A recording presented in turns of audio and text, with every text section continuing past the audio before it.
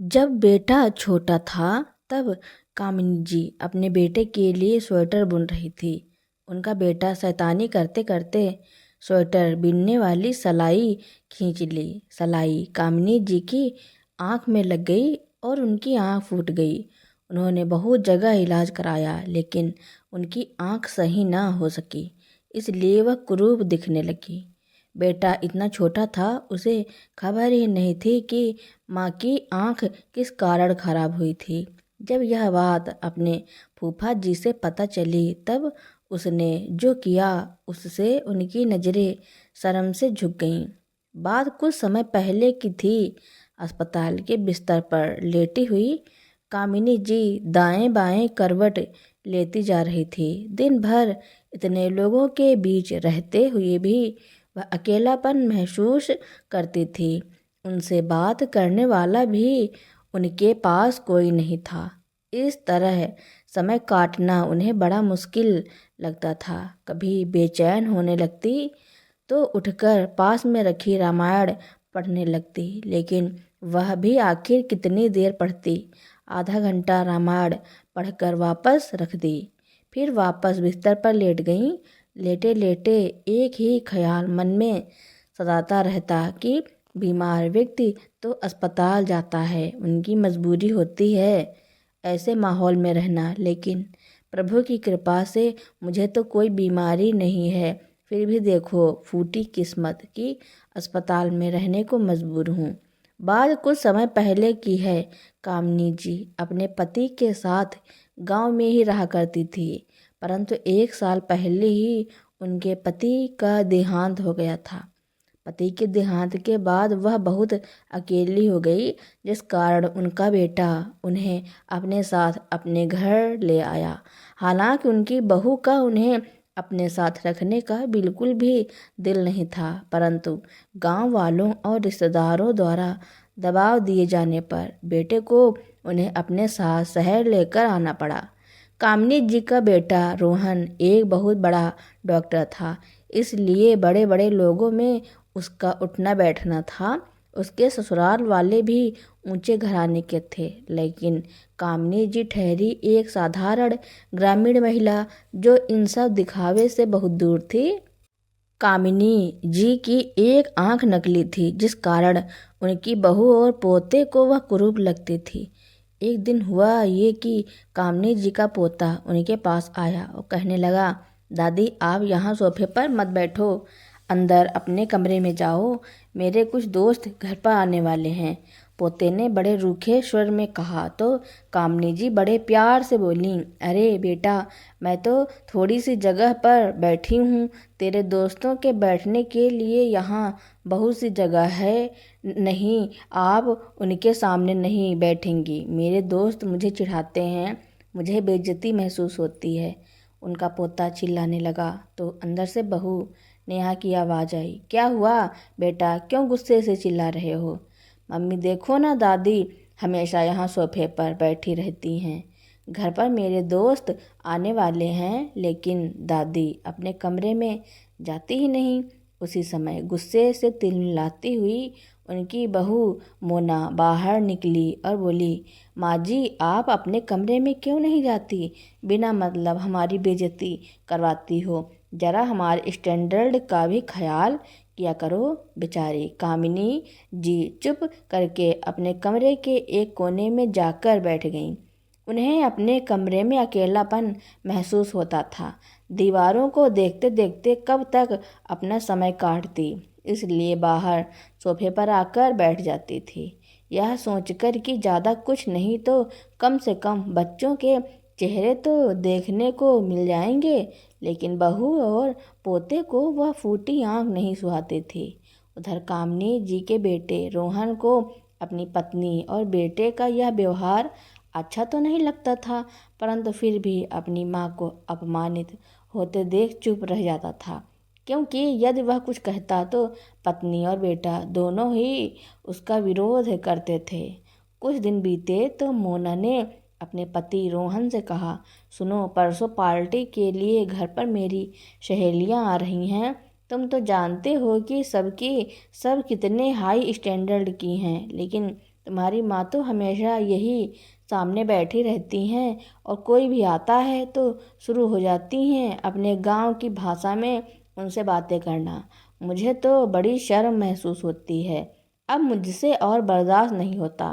अपनी माँ को जहाँ से लाए हो वहीं वापस छोड़ाओ। अपनी पत्नी की बात सुनकर रोहन बोला, मोना तुम पागल तो नहीं हो गई? इस उम्र में मैं माँ को वापस छोड़कर आऊँगा तो सारे रिश्तेदारों और गांव वालों में मेरी कितनी बदनामी हो जाएगी कि इतना बड़ा डॉक्टर होकर अपनी माँ की देखभाल नहीं कर सकता। लेकिन मोना तो जिद ठान कर बैठ गई और अपने पति को साफ शब्दों में कह दिया कि या तो अपनी माँ को गांव में छोड़ाओ, नहीं तो किसी वृद्ध आश्रम में छोड़ दो, क्योंकि अब वह उन्हें अपने घर में हरगिज नहीं रहने देंगी। इस समस्या का डॉक्टर बेटे ने एक हल निकाला, जिससे सांप भी मर जाए और लाठी भी न टूटे।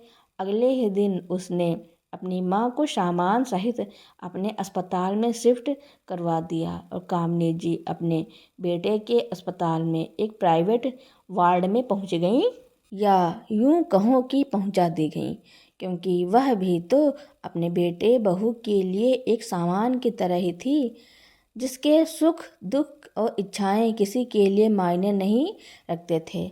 समय समय पर वार्ड बॉय आकर उन्हें खाना दे जाता था तो उसी के साथ ही थोड़ा देर हाल चाल बांट लेती थी। मरीजों के लिए बना खाना उन्हें पसंद तो नहीं आता था, लेकिन फिर भी मन मारकर चुपचाप निगल लेती थी।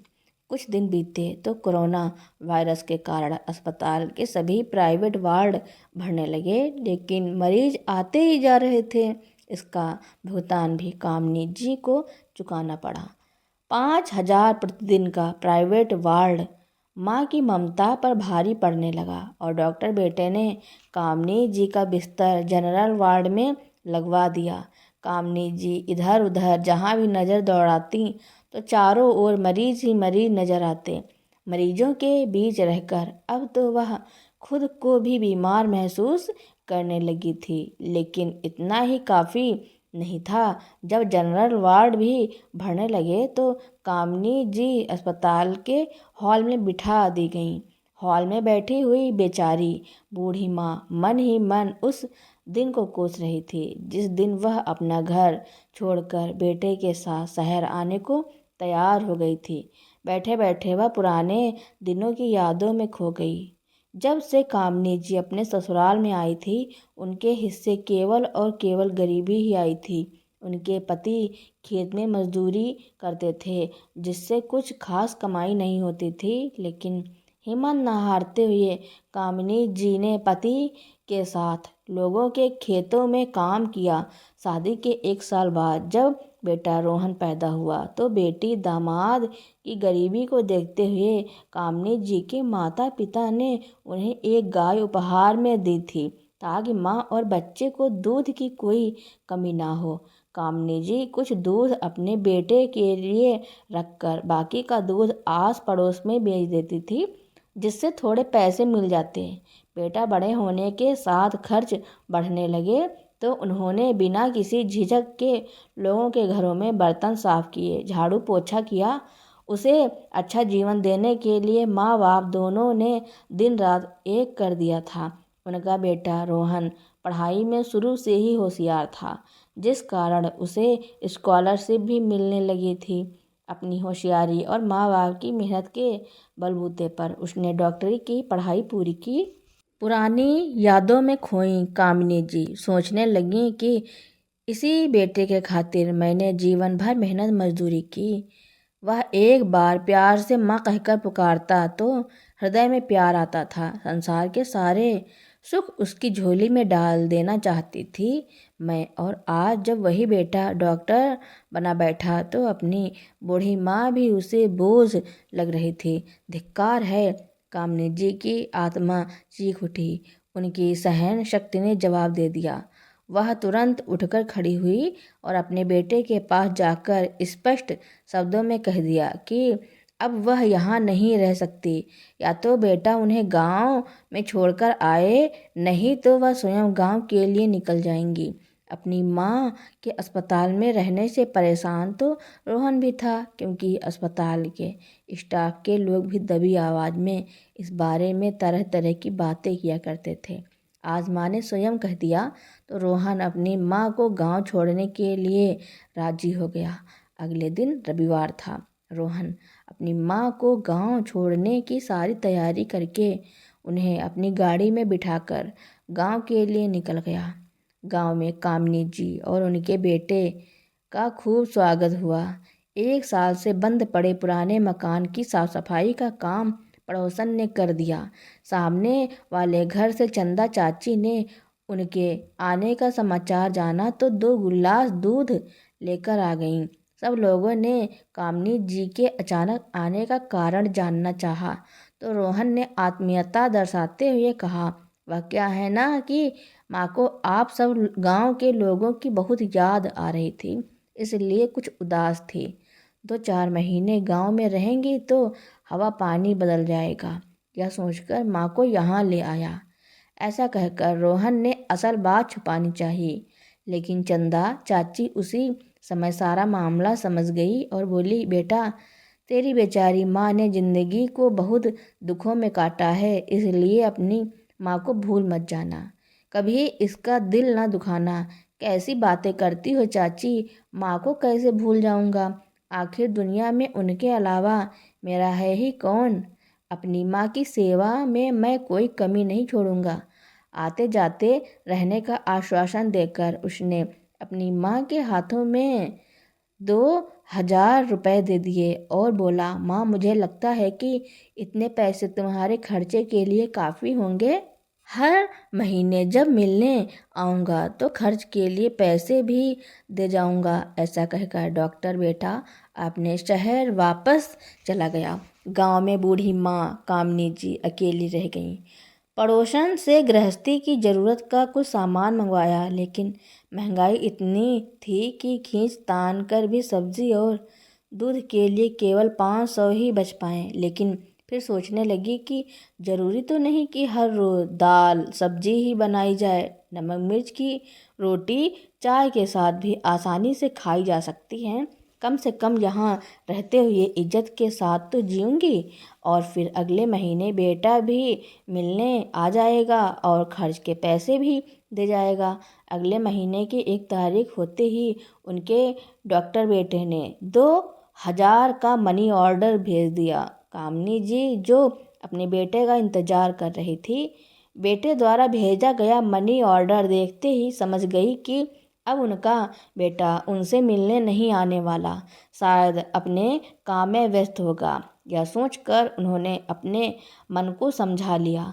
3 महीने तक उनका बेटा मनी ऑर्डर के पैसे भेजता रहा और कामिनी जी को भी कोई समस्या नहीं हो रही थी। वह अपने घर का खर्च खींच तान कर चला लेती थी। लेकिन चौथे महीने बेटे ने मनी ऑर्डर भी नहीं भेजा। बेचारी कामिनी जी बड़ी मुश्किल से अपनी दाल रोटी का खर्च निकाल पा रही थी। महीने के आखिर में तो यह हाल हो गया कि उनके हाथ में 1 फूटी कौड़ी भी नहीं बची। जैसे तैसे आस पास के दुकानदारों से उधार लेकर वह अपना काम चला रही थी। दूध वाले का भी काफ़ी उधार हो चुका था। आज पड़ोस की औरतें और कामिनी जी की कुछ बूढ़ी सहेलियां भी कभी कभार उनके पास आकर बैठ जाती थी। बड़े डॉक्टर की माँ की भोली मुस्कान के पीछे छिपा उनका दर्द सब जानते थे, परंतु कामिनी जी कभी अपने चेहरे पर शिकन तक नहीं आने देती थी। आते जाते दूध वाला भी पूछता रहता, क्यों अम्मा, पैसे कब तक चुकता करोगी? कामिनी जी झूठी हंसी हंसकर बोल देती, जल्दी ही मेरे पैसे आ जाएंगे और फिर तू कौन सा भागा जा रहा है। यह समझ लेना कि अपनी दादी को दूध पिलाया था, लेकिन इन बातों से कब तक गुजारा चलता। आखिरकार उन्होंने दूध लेना बंद कर दिया। अब वह राशन लेने राशन वाले की दुकान पर भी नहीं जाती थी। घर में राशन के सारे डब्बे खाली थे, खाने के लिए कुछ नहीं बचा था। आटे का डिब्बा खोलकर देखा तो थोड़ा सा आटा निकला, जिससे 2 रोटियां मुश्किल से बना पाई। जैसे ही 2 रोटियां नमक के साथ लेकर बैठी तो उसी समय दरवाजे से आवाज आई। कोई भूखा भिखारी लाचार स्वर में भीख मांगते हुए कहने लगा, अम्मा, भूखे को एक रोटी दे दे, भगवान तेरे बच्चे की उम्र लंबी करेगा, उसे खूब तरक्की देगा। कामनी जी, जो अभी रोटी का टुकड़ा तोड़ने ही लगी थी, उस भिखारी की यह बात सुनते ही अचानक रुक गईं और सोचने लगी कि एक रोटी के बदले बेटे की लंबी उम्र बहुत सस्ती है। उसने तुरंत उसमें से एक रोटी उठाकर मांगने वाले को दे दी और बाकी की बची एक रोटी जैसे ही बैठकर खाने लगी, तभी एक कुत्ता उनके सामने आकर बैठ गया और बड़ी आस से उनकी ओर देखने लगा। बची एक रोटी में से भी आधी रोटी कामनी जी ने उस कुत्ते के सामने डाल दी और स्वयं आधी रोटी पानी के साथ खाकर संतुष्टि प्राप्त करके बैठ गई। लेकिन अब घर में खाने को कुछ भी नहीं था। एक बार तो सोचा कि पास के दुकानदारों से उधार लेकर काम चला लूं, लेकिन अगले ही पल विचार आया कि दुकानदार एक दिन सामान उधार देंगे या 2 दिन देंगे, आखिर तो वह भी पैसा मांगेंगे ही, और फिर पिछला उधार भी कहाँ लौटाया था। कामनी जी ने भूख की यातनाएं झेलते हुए बेचारी खाली पेट अपनी चारपाई पर पड़ी थी। कई बार सोचती थी कि किसी के घर में बर्तन मांजने का काम उठा लें या फिर लोगों के घरों में झाड़ू पोछा करना शुरू कर दें, कुछ पैसे तो बन ही जाएंगे। लेकिन फिर बड़े डॉक्टर की माँ होने की मर्यादा उनके आड़े आ जाती। यही सोचकर पानी पीकर भूख मिटाने की कोशिश करती और चुपचाप बैठ जाती। रात हुई तो खाली पेट ही सो गईं, लेकिन उम्मीद अब भी बनी हुई थी कि बेटा पैसे जरूर भेजेगा। अगले दिन सुबह जल्दी उठ गईं। पेट में मरोड़ पड़ रहे थे। कामनी जी की भूख बढ़ती जा रही थी। सब्र कर पाना भी कठिन था। खाली पेट बेचारी कामनी जी बार बार मनी ऑर्डर के इंतजार में बाहर निकलकर अपनी गली को निहारने लगती, लेकिन गली तो दूर तक सुनसान पड़ी थी। फिर वापस आकर चारपाई पर बैठ गई। तभी अचानक बाहर से कुछ आवाज़ें आईं तो कामनी जी बाहर की ओर दौड़ी। देखा तो गायों के लिए खाने का सामान इकट्ठा करने वाली गौशाला की गाड़ी आई थी। गली की सारी औरतें बाहर निकलकर अपने घर में बची खुची रूखी सूखी रोटियां उस गाड़ी में डाल रही थी। कामनी जी बेचारी निढाल होकर अपने घर के गेट के बाहर घुटनों के बल बैठ गई। वह एक पल गाड़ी में डाली जाने वाली रोटियों को देखती तो दूसरे पल डाकिये के इंतजार में गली को निहारने लगती। आंखों में आंसू थे, परंतु आंखें गौशाला की गाड़ी में रखी रोटियों पर थी। जब सब औरतें गाड़ी में रोटियां डालकर चली गईं तो कामनी जी भूख से विवश होकर दौड़ते हुए गाड़ी की तरफ बढ़ी। यहाँ वहाँ देखा तो कोई नहीं था। कामनी जी ने झट से गाड़ी में हाथ डाला।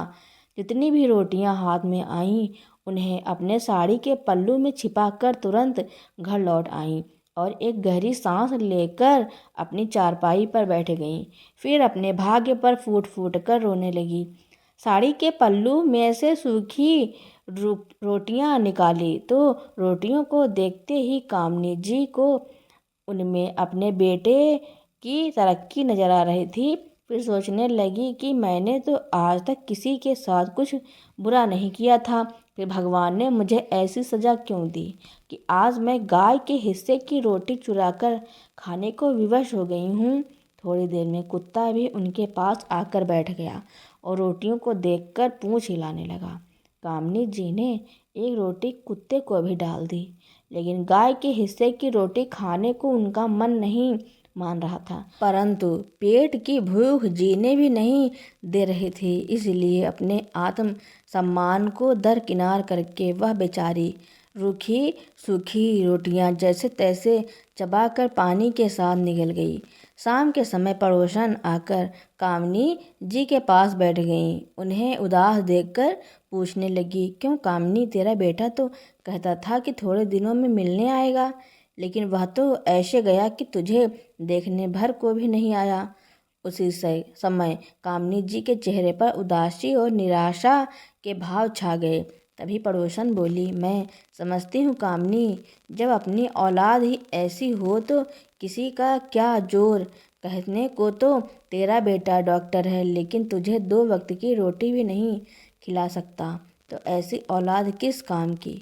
तभी पड़ोसन की बात को नकारते हुए कामनी जी बोली, नहीं नहीं, मेरा बेटा ऐसा नहीं है, वह तो मेरा बहुत ध्यान रखता है, कोई ना कोई मजबूरी रही होगी, नहीं तो ऐसा हो ही नहीं सकता कि वह अपनी माँ को भूल जाए। तभी पड़ोसन बोली, अरे कामिनी बहन, इतना ही लायक था तेरा बेटा तो तुझे अपने साथ अपने घर क्यों ना रख पाया। एक बूढ़ी माँ उस पर इतनी भारी पड़ गई कि उसे बुढ़ापे के वक्त बेसहारा और अकेले छोड़कर चला गया। पड़ोसन की बातों ने कामनी जी के दिल को झकझोर कर रख दिया। सोचने लगी, गांव में जितने भी लड़के हैं, चाहे पढ़े लिखे हैं या अनपढ़, नौकरी करते हों या मेहनत मजदूरी, लेकिन अपने बूढ़े माँ बाप को अपने पास रखे हुए हैं। मेरे बेटे से तो यह अनपढ़ गंवार ही भले, सुख दुख में पूरा परिवार एक साथ तो है। फिर सोचने लगी कि शायद मेरी ही किस्मत में खोट होगा। फिर बैठे बैठे मन में विचार आया कि आखिर कब तक मैं अपने डॉक्टर बेटे के नाम की बेड़ियाँ अपने पैरों में पहनकर बैठी रहूँगी। ऐसे तो काम नहीं चलेगा। मेरी ज़िंदगी किसी के भेजे गए पैसों की मोहताज तो नहीं। अभी तो मेरे हाथ पैर चलते हैं, फिर भी मैं इतनी मजबूर कैसे हो गई कि भूखे मरने की नौबत आ जाए। ऐसा सोचते हुए कामनी जी पूरे आत्मविश्वास के साथ उठी और अपने कमरे में गईं और कमरे में जाकर अपने पुराने बक्से की ओर देखा। बक्से पर धूल मिट्टी चढ़ी हुई थी। झाड़ पोंछ कर बक्से का ताला खोला। बक्से में सबसे ऊपर सुनहरे गोटे से चमकती एक खूबसूरत सी लाल साड़ी नजर आई, जिसे पहनकर कभी कामनी जी अपने इस घर में आई थी। उस साड़ी को चूमते हुए कामनी जी की आंखों से आंसू निकल कर आए और फिर कुछ सोचते हुए बक्से में से सारा सामान एक एक करके बाहर निकालने लगी। तभी बक्से के अंदर एक कोने में रखी लाल रंग की एक छोटी सी पोटली उनके हाथ लगी। उसे देखते ही उनकी आंखों में चमक आ गई। पोटली को खोलकर देखा तो उसमें कामनी जी का मंगलसूत्र पड़ा था, जो उनकी शादी के समय उनके पति ने उनके गले में पहनाया था। उस मंगलसूत्र को देखते ही कामनी जी ने उसे सीने से लगा लिया। जो थोड़े बहुत गहने उनके मायके और ससुराल वालों ने उन्हें पहनाए थे, उन गहने को वह अपने बेटे की पढ़ाई के लिए पहले ही बेच चुकी थी, लेकिन अपने पति की इस निशानी को वह बिल्कुल बेचना नहीं चाहती थी। आंखों में आंसू लिए कामनी जी अपने पति की तस्वीर को देखते हुए बोली, जीवन में लाख उतार चढ़ाव के बावजूद इस मंगलसूत्र को मैंने आज तक नहीं बेचा था, लेकिन आज हालात ही ऐसे हो गए हैं कि मेरे पास अब कोई रास्ता नहीं है। लेकिन मैं जानती हूँ आपका प्यार और आशीर्वाद हमेशा मेरे साथ रहेगा। यह कहते हुए उन्होंने अपनी आंखों के आंसू पोंछे और बक्से में पड़ी एक अन्य पोटली से चांदी के कुछ गहने निकाले। चांदी के गहने और अपना मंगलसूत्र उन्होंने अपने पल्लू से बांध लिया। तुरंत घर को ताला लगाकर सुनार की दुकान पर पहुंच गईं और जाकर सुनार को अपने गहने दिखाए और बड़ी आस से सुनार से पूछने लगी कि भाई, इन गहनों का क्या दाम लगाओगे। मंगलसूत्र को बड़ी बारीकी से देखते हुए सुनार बोला, मंगलसूत्र का वजन तो अच्छा खासा है, लेकिन चांदी के गहनों का कुछ खास पैसा नहीं दे पाऊंगा। फिर भी जोड़ घटा करके 20,000 रुपये उनके हाथ में दे दिए। पैसे हाथ में लेते ही कामनी जी के दिल को एक राहत मिली। उन्होंने गहरी सांस ली और अपने घर पहुंची। कुछ राशन का सामान खरीद कर ले आईं। आज बहुत दिनों बाद कामनी जी ने पेट भरकर खाना खाया था। पेट में कुछ भोजन आया तो उनके अंदर दुगनी ऊर्जा आ गई। उन्होंने दिमाग लगाया कि यदि वह गाय या भैंस खरीद ले तो उसका दूध निकालकर बेचने से अच्छे खासे पैसे कमाए जा सकते हैं। गाय को पालने का काम तो कामिनी जी पहले भी कर चुकी थी। उन्हें चारा खिलाने से लेकर दूध निकालने तक का सारा काम उन्हें अच्छे तरीके से आता था। कामिनी जी बिना देरी किए गांव के मुखिया के पास पहुंची, जो गाय भैंसों का खरीदने बेचने का काम किया करता था, और मुखिया से अच्छी नस्ल की एक गाय खरीदी। घर पहुंचकर उन्होंने गाय के लिए जगह बना दी। थोड़ी ही देर में मुखिया का नौकर पहुंच गया और गाय को कामिनी जी के घर में छोड़ गया और कुछ चारा भी छोड़ गया। गाय अच्छा खासा दूध देती थी। रोजाना 10 लीटर दूध उनके घर में होने लगा। अपनी ज़रूरत के लिए दूध निकाल कर बाकी का दूध कामिनी जी बेचने लगी। दूध की डेयरी वाले उनसे काफ़ी अच्छे दामों पर दूध खरीदने लगे। अब कामिनी जी भी अच्छा खाने पीने लगी और उनके शरीर में ऊर्जा और ताकत भी आ गई। वह गाय की बड़े दिल से सेवा करती। हाथ में पैसे आ गए तो आत्मविश्वास भी बढ़ गया। अब उन्होंने एक भैंस भी खरीद ली और अपनी सहायता के लिए एक नौकर भी रख लिया। 65 वर्ष की उम्र में भी कामिनी जी ने ऐसी हिम्मत दिखाई जिसे देख लोग दांतों तले उंगलियां दबाने लगे। गांव में किसी गरीब की बेटी की शादी होती तो कामिनी जी बढ़ चढ़कर उसकी सहायता करती और खूब आशीर्वाद देती। दूध दही का सारा खर्चा भी उठाती। देखते ही देखते कामिनी जी की तारीफ पूरे गांव भर में होने लगी। गांव के सभी लोग उनकी इज्जत करने लगे। उधर शहर में उनका बेटा रोहन तो जैसे अपनी माँ को भुलाए ही बैठा था। एक दिन राधे लाल जी रोहन के फूफा जी जो अमेरिका में रहते थे भारत आए तो रोहन के घर पहुंच गए। रोहन और उसकी पत्नी ने उनका खूब सम्मान किया। बेटा रोहन, तुम्हारी माँ कहीं नजर नहीं आ रही? कहाँ हैं भाभी? राधे लाल जी ने पूछा तो मोना सकपकाते हुए बोली, वह बात यह है कि उनका यहाँ दिल नहीं लगा, इसलिए वह अपने गांव वापस चली गईं। राधे लाल जी ने देखा कि रोहन और उसकी पत्नी मोना दोनों की नज़रें झुकी हुई थी। राधे लाल जी की अनुभवी आँखों को सारा माजरा समझते देर न लगी और बोले, ठीक है, कल हम भाभी से मिलने के लिए गांव चलेंगे। अगले दिन जब सब लोग गांव में पहुंचकर जैसे ही घर के अंदर जाने लगे तो पीछे से चंदा चाची की आवाज़ आई, अरे रोहन बेटा, तू आज आया है? अपनी माँ को गांव में छोड़कर ऐसा कौन से विदेश चला गया था जो दोबारा देखने तक नहीं आया? इतनी बात सुनते ही राधे लाल जी ने रोहन की ओर गहरी नज़रों से देखा और सब लोग घर के अंदर चले गए। लेकिन घर में जो कुछ उन्होंने देखा वह उनकी कल्पना से परे था। सामने एक गाय और एक भैंस बंधी हुई थी और एक लड़का चुस्ती से दौड़ता हुआ गाय और भैंस की सेवा कर रहा था। इससे पहले कि रोहन उससे कुछ पूछता, कामिनी जी गाय का दूध निकालने के लिए बाल्टी लिए बाहर आईं। तभी रोहन अपनी माँ के पैरों में गिर गया और जोर जोर से रोने लगा। तो राधे लाल जी बोले, वाह बेटा, तूने तो अपने माँ बाप का नाम रोशन कर दिया। तेरे होते हुए तेरी माँ को यह दिन भी देखने पड़ेंगे, यह तो मैंने सोचा भी नहीं था। तभी कामिनी जी बोली, नहीं भाई साहब, रोहन का कोई कसूर नहीं है।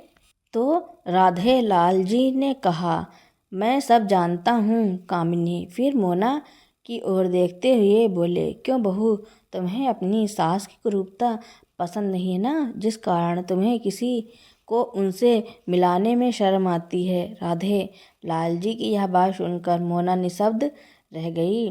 फिर रोहन को देखते हुए राधे लाल जी बोले, आज मैं तुम्हें एक राज की बात बताता हूँ।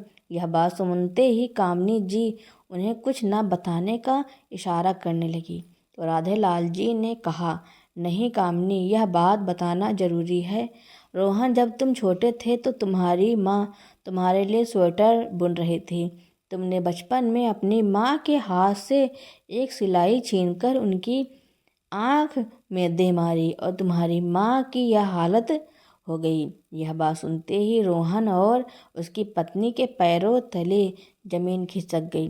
पश्चाताप से भरा रोहन अपनी माँ के पैरों में लिपट गया और जोर जोर से रोते हुए बोला, मुझे माफ़ कर दो माँ। कामिनी जी ने अपने बेटे को प्यार से उठाया और उसे अपने सीने से लगा लिया। उनकी बहू और पोते ने भी उनके पैरों में गिरकर उनसे माफ़ी मांगी और कहा कि आज से आप हमारे साथ रहेंगी, आपको यह सब काम करने की कोई ज़रूरत नहीं है। कामिनी जी के ममता भरे हृदय ने सबको माफ़ तो कर दिया, लेकिन अपने बेटे बहू के साथ जाने से साफ मना कर दिया। रोहन ने भले गले से बार बार माँ को अपने साथ चलने की प्रार्थना की, लेकिन कामिनी जी बोली, नहीं बेटा, अब तुम्हारे साथ शहर वापस जाने का तो सवाल ही पैदा नहीं होता। मालिक की दया से अब मैं आत्मनिर्भर हूँ और अपनी ज़िंदगी में बहुत खुश हूँ। और सबसे बड़ी बात तो यह है कि मैं यहाँ इज्जत से जी पा रही हूँ। माँ से मिलकर जब बेटा बहू अपने घर वापस जाने लगे तो बेटे ने अपनी माँ को कुछ पैसे देने चाहे। जैसे ही उसने पैसे अपनी माँ की ओर बढ़ाए तो कामिनी जी को उनमें वही रूखी सूखी रोटियां नजर आने लगी जिन्हें खाकर उन्होंने अपनी लाचारी के दिन काटे थे, और उनका हृदय अंदर तक कांप उठा। फिर भरे गले से बोली, मुझे इन पैसों की कोई ज़रूरत नहीं है बेटा, अपने पास रखो, तुम्हारे काम आएंगे। बस मेरी एक बात याद रखना, इंसान को सफलता मिलने पर घमंड में चूर नहीं होना चाहिए और ना ही कभी विपरीत परिस्थितियों में हार माननी चाहिए। अपने बेटे और बहू को रह रहकर अपने किए पर पछतावा हो रहा था।